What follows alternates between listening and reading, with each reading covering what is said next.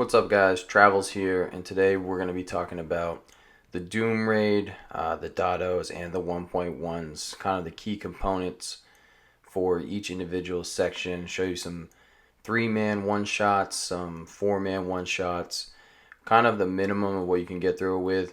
I did just put in here to start off with the Blueiso cost for level 2, 80,000 ions, and then also the Blueiso cost for level 3, 150,000 ions. So I'm not going to be telling you who I suggest going to Blueiso right away, besides obviously 2 members.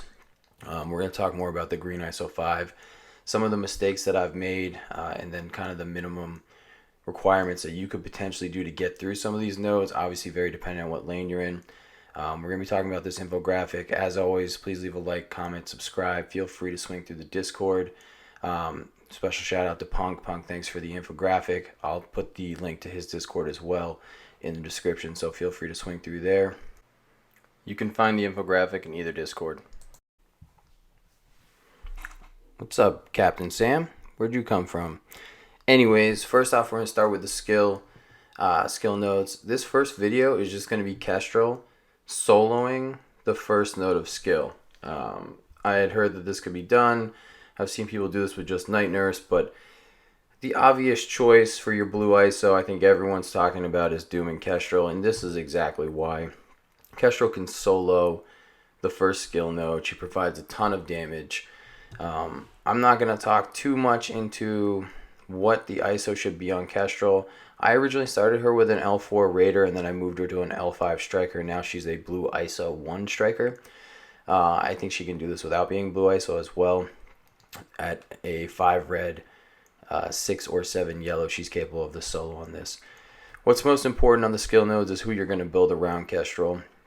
I think right now everyone, obviously Red Guardian and Night Nurse are probably the 2 main components, and then you can build your team from there. Really, Red Guardian, there's talk of him potentially not being as viable when you see Captain Sam come in. I don't know whether that's true or not true. I don't think it'd be terrible to have, an additional defense up. But at this point, for what you're doing, I think most people have already kind of considered Red Guardian for this raid. I think the pieces after that are really where you need to make your decisions. I have successfully one-shotted all of these nodes, with my second 2 pieces being Taskmaster and then Gamora. I really enjoy Taskmaster and all these nodes, and I think a lot of people will. You really kind of need to pick between Taskmaster and or Proxima. You need the ability block or the stun is really imperative to the final boss node. I like Taskmaster a little bit more because of the blind viability. I think he just provides more to the team. If you can do Zemo and you can swing it for controllers, do Zemo, he's awesome, but likely you're not going to do that. I've also kind of done these out to where you need more support in my build here than you need controller, and you can build around that. Let's get into Bio. I think everyone for Bio is going very specifically symbiotes. Symbiotes are great. A lot of these recommendations I'm making are also coming out from not just what's viable in the Doom raids, but also the fact, you can see I'm using Phyla Bio here too. But also the fact that what you're going to potentially use in Dark Dimension. So you're probably going to bring Symbiote, Spider-Man, Anti-Venom, and Skirm are going to be your core 3, and they really are the best core 3. Now, when you get into the first and second nodes, the symbiotes pretty easily handle those nodes. And then even when you go into the final, I think most people find in the very last node that they can pretty easily 2-shot the node if their symbiotes are 600 plus thousand. I think where a lot of people run into some trouble is once you get into the 1-1 or even timing out in the final boss node. So a really good way to eliminate the timeout in the final boss node is just by bringing Black Bolt. People, the symbiotes are a great team, but Black Bolt brings damage that the symbiotes don't have. It's raw damage. The symbiotes, unfortunately, they take a lot of turn meter. They stay up. They're healthy, and they get all this turn meter, but they don't kill fast because they kill by applying all these debuffs. But the base damage is really not high enough to make them speedy. And then you get all these extra animations that take forever with the Skirmisher, Raider, Striker combos that you have in there. So their animations take forever. A really easy solution to this is Black Bolt subbed in for Venom on the last node. Now, when you get into some of the higher content, you'll notice when you go to 1.1, the damage is massive.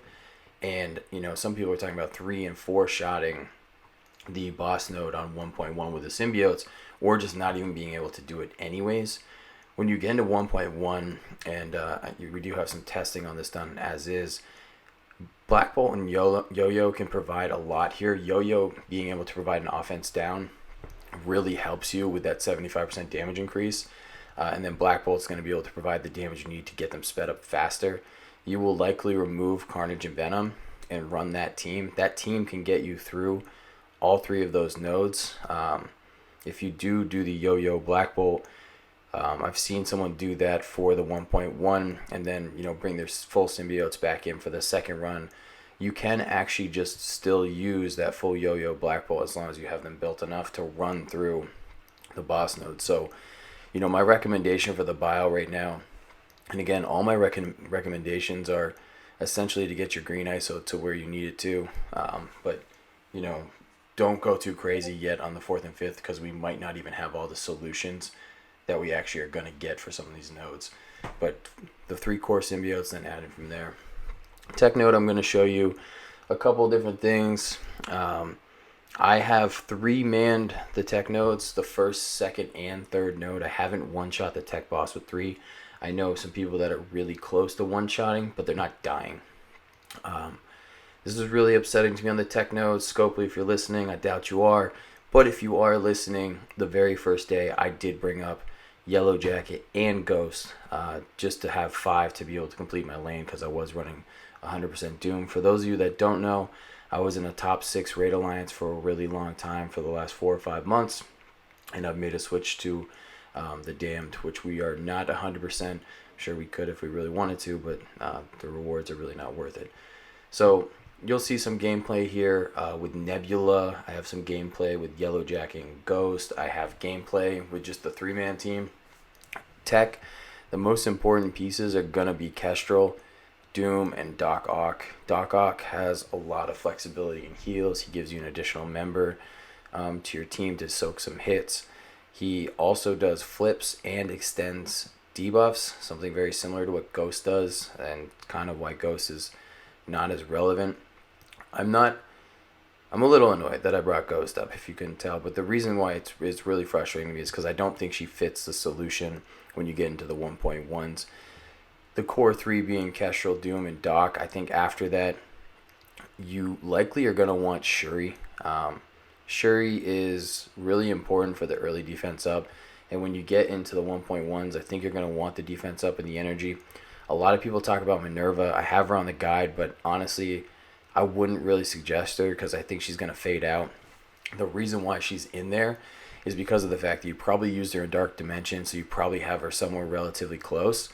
But when you get to the last node, Black Bolt really eliminates the purpose of Minerva because when he kills someone, they can't be revived. So she's pretty useless on the boss node.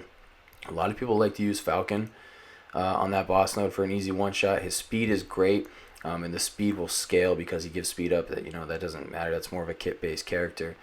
But I don't think we have the tech solution yet 100%. So this is one of the ones where I'd focus on probably these core 3, Kestrel and Doom. And you can honestly get through the 3 nodes, even with just the 3. It's just a little more challenging, but I don't also want you to get yourself in a position where you go out and you get Shuri and then they launch, a new character that is the solution 100%. And that's where I built a lot of this guide around, is the fact that I don't think we have many of the solutions right now in game. I think we're going to get sold solutions over the next 3 to 4 months of what the solutions actually will be for the Doom rates, for the 2.0 Doom rate, not even the 1.1, but the 2.0. So be cautious with who you're investing in. Obviously, we've seen there's potential new characters coming in. We don't really know. So this again is an easy one shot on the tech with the full 5-man team. Again, you don't need the 5-man team, but I just wanted to show you what it looked like with the 5-man. There's also footage of what it'll look like with a 3-man team. Even the 4-man I think is relatively easy. I've run this enough now to know that there's a chance that Yellow Jacket doesn't even make it to this node, either dying on the second node or sometimes even the first. Ghost does have some value in these nodes, and the primary value that she has is her ability to rewind turn meter. So when you have Black Bolt, alting or close to an alt or close to attacking, if you have, people who can mark targets, it's really important to, be able to rewind with a Ghost basic. So you can do a double rewind on the time. This is something going back to Kestrel and skill that I was talking about earlier. I have Dr. Doom as he was an L5 striker, and now he's a Blueiso1 striker, so an L6 striker, I guess you'd call him. I also have Kestrel as a striker, and that's one of the main factors of why I'm considering moving Kestrel to a Raider.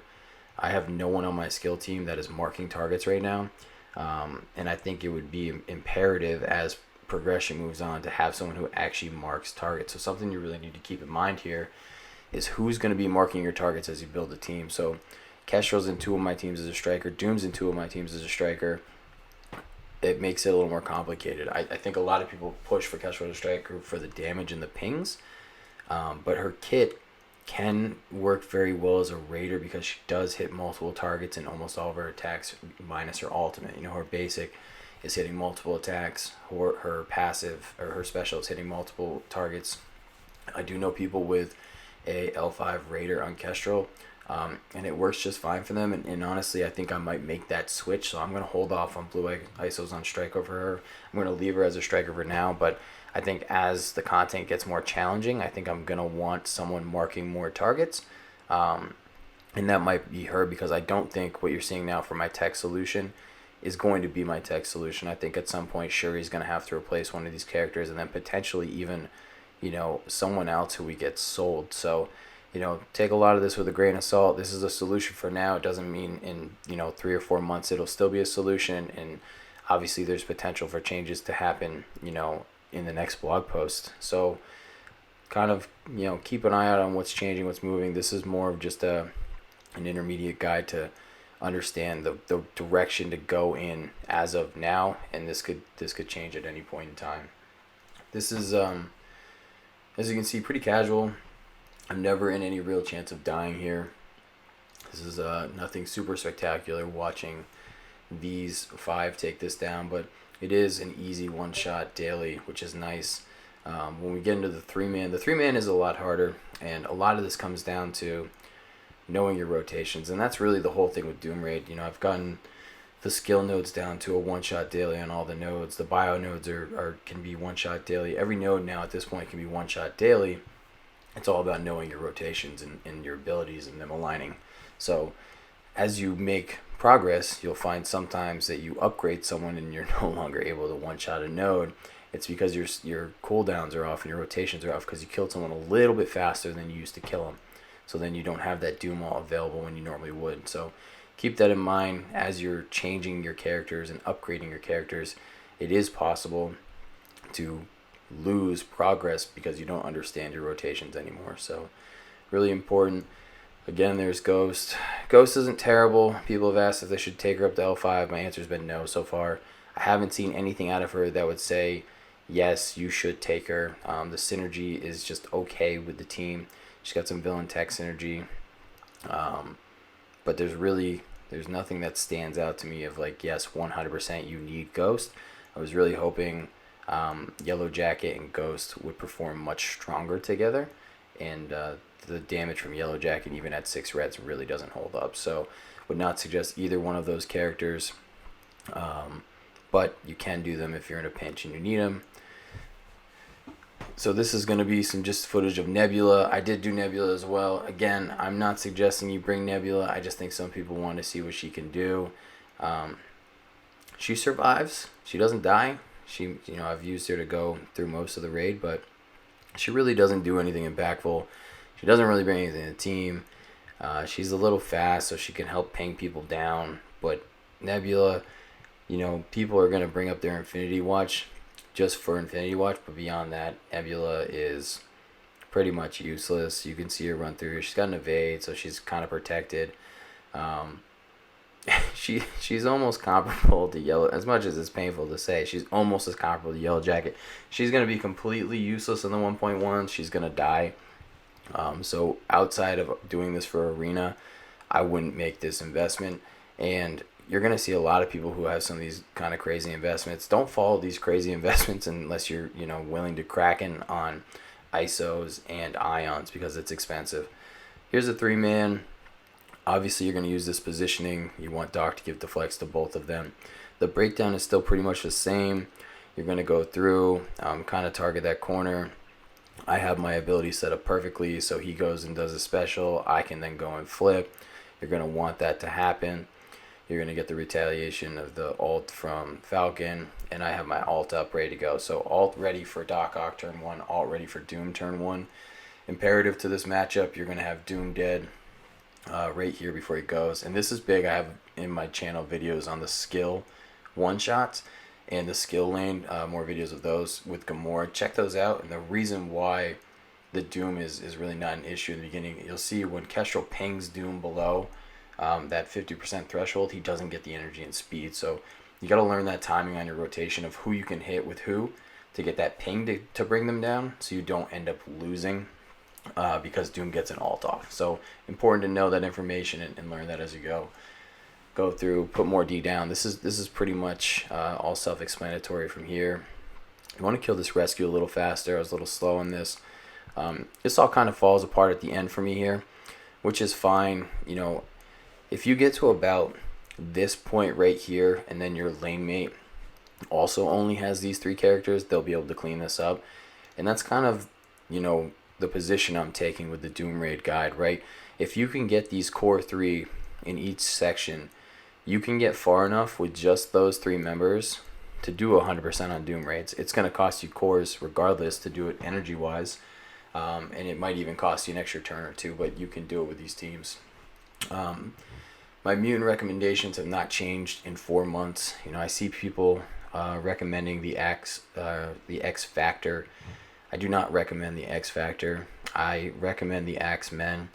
They are built for raiding, and they are machines, and they do it well. They also, in my opinion, are just as viable in war.